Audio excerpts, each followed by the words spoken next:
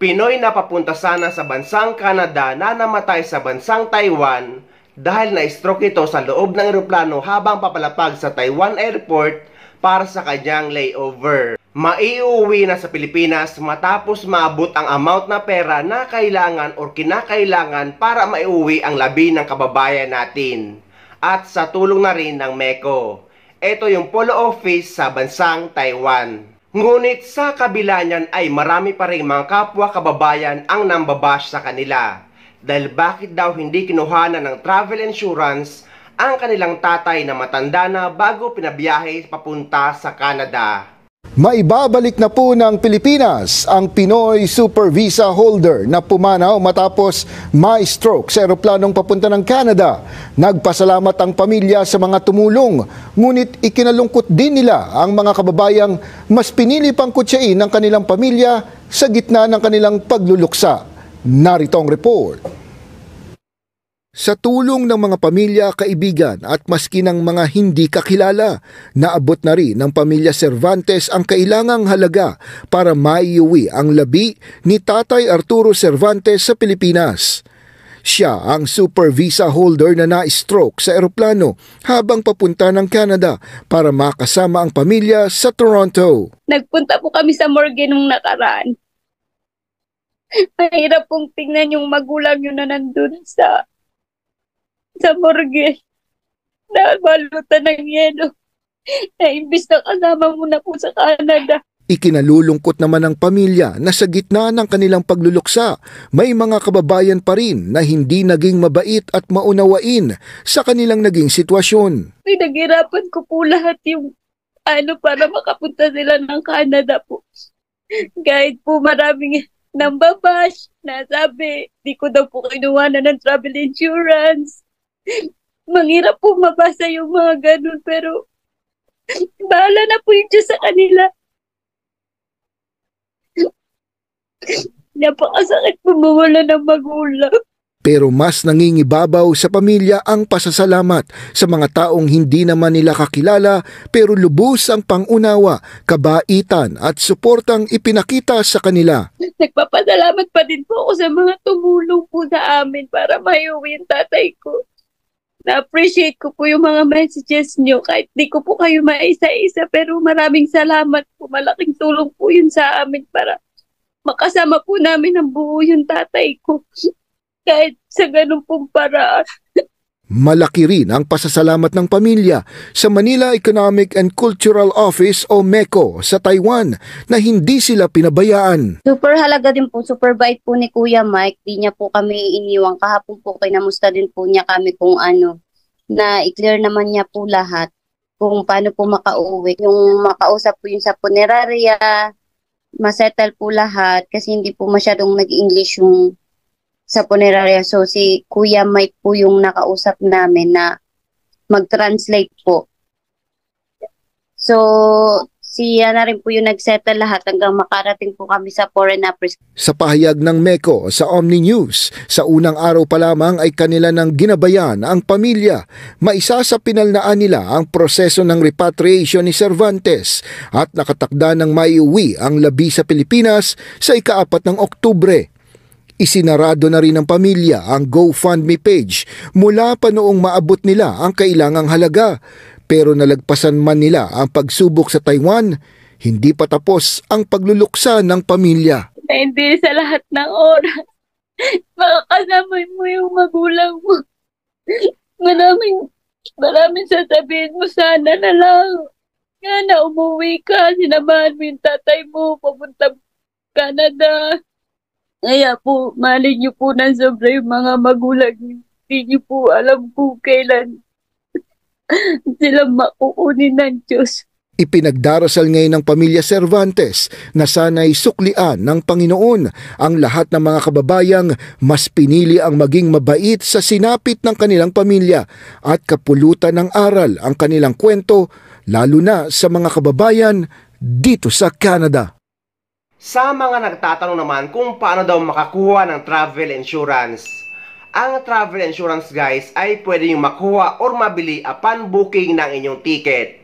Dahil kapag magbubook kayo ng ticket online, ay meron kayong small na box na i-click doon kung gusto nyo kumuha ng travel insurance at kasama ito sa babayaran nyo sa inyong ticket. Pwede rin kayo kumuha sa mga insurance company na nag-aalok ng mga travel insurance.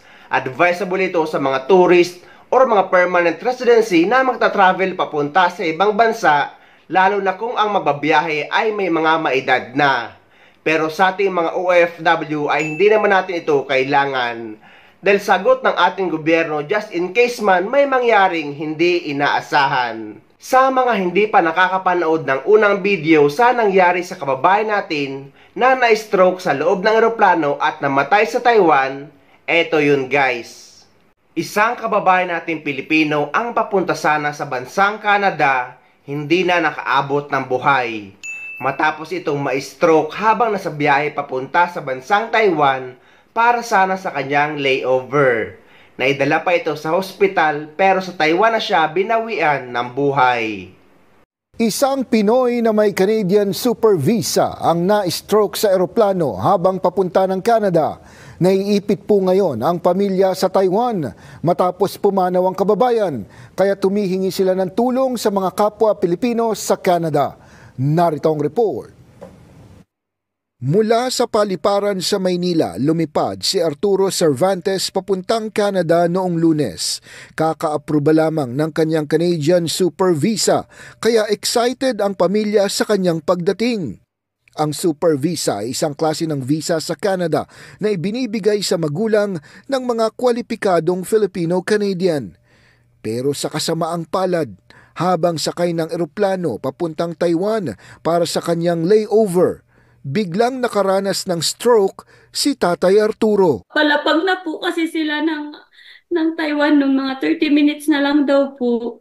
Tapos minadali na lang daw po nung piloto kasi emergency nga po. Kailangan na ibaba yung tatay ko para madala sa ospital. Mapapapait po ng tatay ko.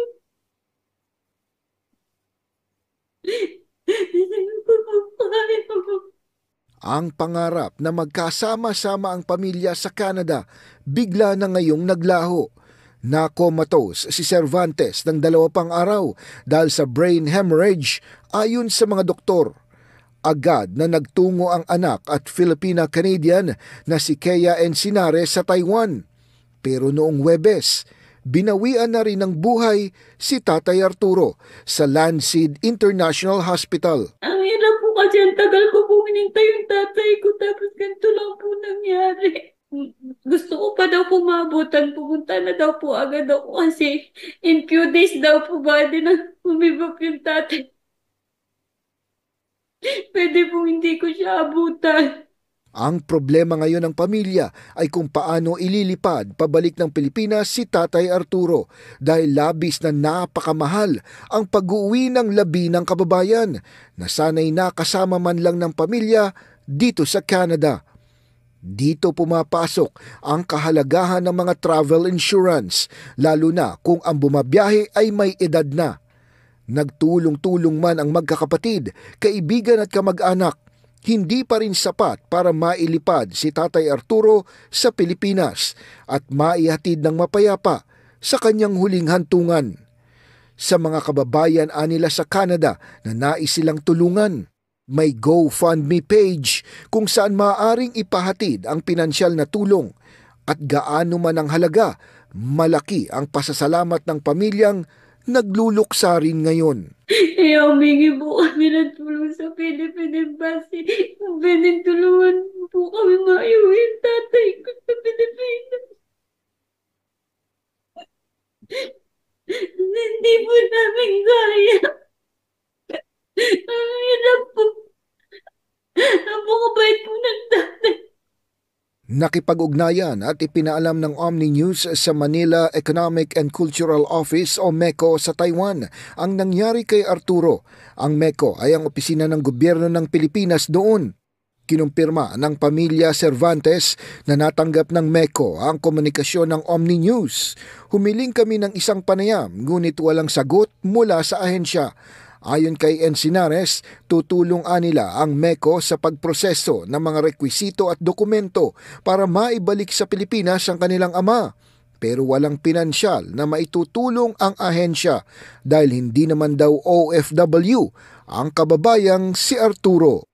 Sobrang sakit ng ganitong pangyayari dahil napakatagal nila itong pinagplanuhan, pinag-ipunan at hinintay para magkasama-sama sila sa bansang Canada, pero ganito ang nangyari. At gaya nga ng nabanggit sa video, dito pumapasok ang kahalagahan ng travel insurance, lalo na't kapag ang nagtatravel or ang bumabiyahe ay may edad na.